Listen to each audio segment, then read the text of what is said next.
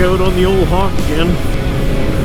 This one seems to be getting the majority of the miles so far this year, but of course it's also getting the most time in the garage getting wrenched on, so it's like after spending another couple hours working on it, you're damn right I'm going to get it out and ride it. So far this year we've got the front suspension sorted out, we've got the clutch replaced, and the usual one thing leads to another. After fixing the clutch, you kind of notice how the clutch linkage really sucks. So that led to another trip to the parts bike to rob some stuff. The clutch perch that was on this bike, it's seen a lot of miles, it's seen a lot of rain and even some snow, but it didn't see a lot of grease. What happened was the pin right here that goes through the clutch lever and the perch, it's seized in the lever. There's a bushing in that lever and it's never really supposed to grip that pin, it's just supposed to rotate around it. But over time it's seized to the pin, so every time you pull the clutch in, you were actually rotating that pin in the housing. So the pin was constantly turning in the perch every time you worked the clutch. So the perch itself was getting worn out. It felt like you had a ton of free play at the lever, but all it was that pin just shifting in the bore of the perch. So the parts bike basically has lived in a field for 30 years, but all of the inner workings of the choke linkage and all that still had pretty good grease in there. It still moved freely. Just a couple of shots of lubricant and it was all moving free again. So I stripped the whole thing down. Of course, living in a field for 30 years in the sun and everything else, and the paint was in rough shape. Just cleaned it up a little bit and just hit it with a quick coat of rust paint. Took the best bits and pieces off of each of the two and made one good one out of it. And today marks the end of a solid week of rain, so pretty good chance to get out for a little cruise. Gotta try and make a minute for it once in a while. Worked Monday to Friday, and then Saturday was spent in the garage, you know, servicing the dirt bike, servicing Tracy's car, working on this, and up first thing this morning to mow the lawn and finish working on this. It's like you see a few minute gap where you can get out and do something, so you just gotta run for it.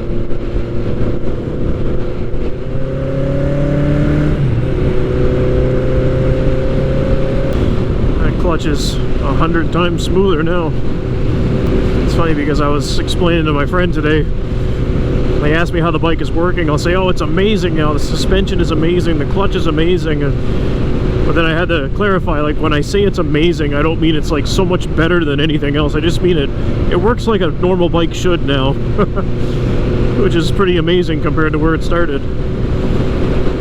Before the suspension was fixed, this was like one of the few rides you could go on and somewhat enjoy, because there was enough sections of road that were smooth enough to make it, you know, okay.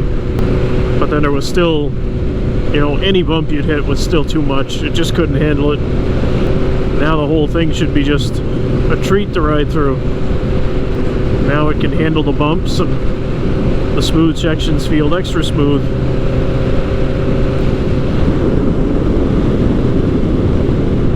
It's crazy to think we're this far into June. Just the other day we had to have heat on in the house, it was so cold. Wet and rainy and cold for the last week or more. Then every once in a while you get this odd day where it's like 34 Celsius.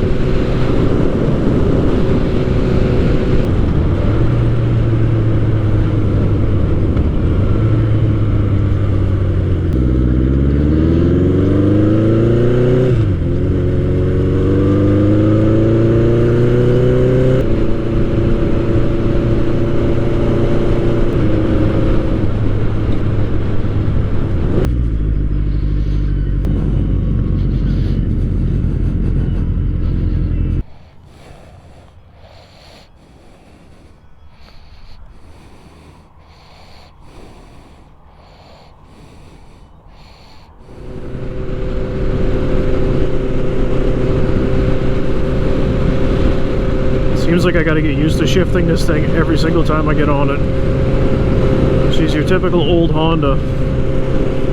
Just a big box full of neutrals.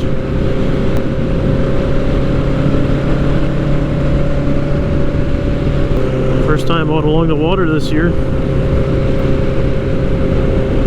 First time it's even been close to warm enough. Well, when I had time to ride anyway. Even today is kind of questionable at times. Sometimes the wind coming off the water here is pretty cool.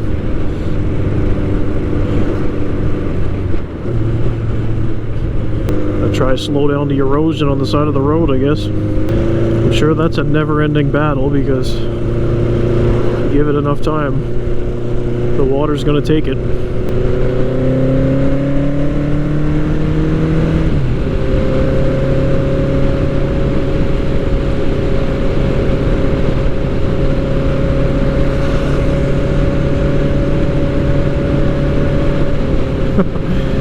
The only bad part about riding this thing is every time I come across another bike that wants to run faster, I wish I had the 10.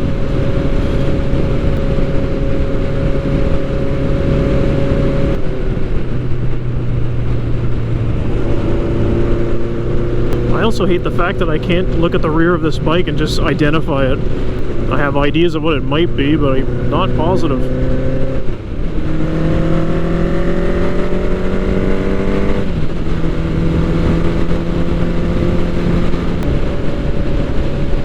Haha, old bandit. Love seeing those around. I can still see myself owning one of those. Find a 1200 that doesn't have 1,000,000 miles on it. Oh, come on, dude. You wanted to run quicker. This is the section to do it.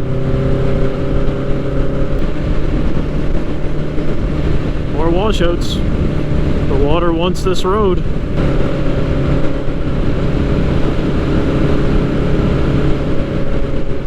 Skinny little tires on that thing.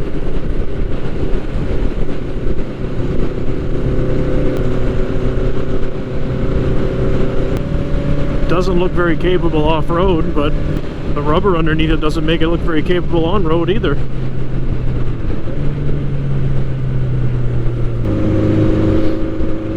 Is that a green signal light I just seen turn on? Yes, it was. Jeez, man, come on. We don't need extra reasons to get ran over out here.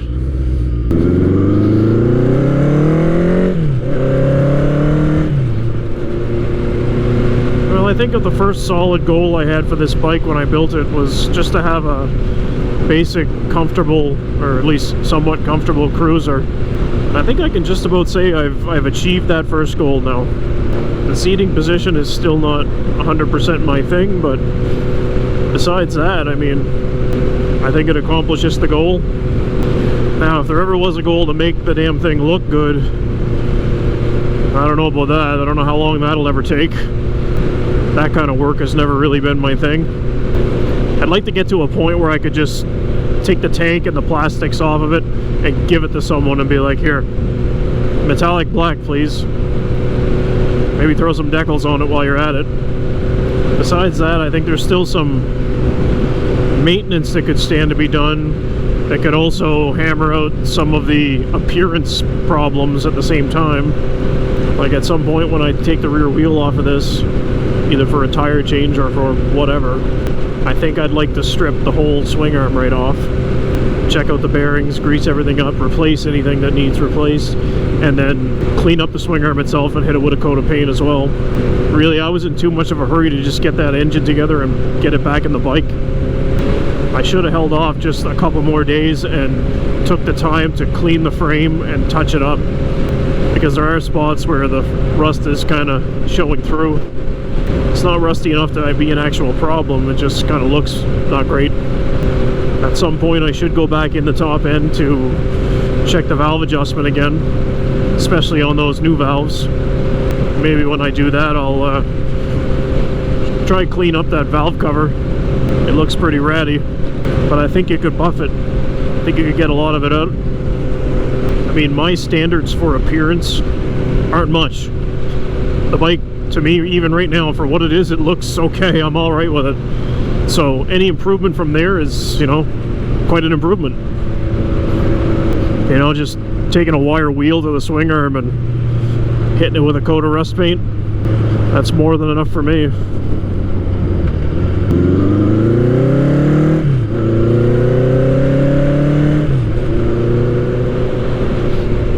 Now that I'm finally using the trip meter as an actual trip meter, not just using it to keep track of test miles, I can finally start looking at how many kilometers I get to a tank. But I still haven't ran it out till reserve yet. I think I'm up to about 215 or 220 in a tank, and that still only had me burning something like 11 point something liters, so still a few left in there. Probably getting close to reserve at that point though. I don't imagine I'd hit 250 without finding reserve. But now I can finally look into what kind of mileage I'm getting too. I've done it a couple times now, and both times it's right around 45 miles to the gallon, which is pretty good. I'm sure my 10 struggles to hit 40, if it even does. And if I'm out riding with a bunch of guys like an asshole, then I'm probably into the low 30s at that point. Somewhere around 250 to 300 to a tank is plenty for me. The kind of riding I do, somewhere before then I'm going to be pulling over for a stop of some sort. Pretty sure my old Bandit used to do something like 250 or 260 before it would even touch reserve. Reserve and take you to 300 easily. That was a pretty awesome range. You never used to worry about fuel with that thing. Kind of getting back to where we started here. That's the little side road that began this loop. So we're backtracking now, which isn't too bad. 81 kilometers in, at least another 20 to home. Makes for a nice little ride to get out quick. Oh, and you might notice we're back to a proper widescreen view now. May have used this camera for something else, possibly while working on the clutch on this thing. Had the settings switched up on it. So now I'm going to make my way back into town and home. See if we can manage to do it in time to maybe take the little one out for an ice cream tonight. So if you're still watching this, I guess you should probably turn it off and get out and go for a ride. What the heck are you doing? But before you do, maybe hit subscribe and all that nonsense.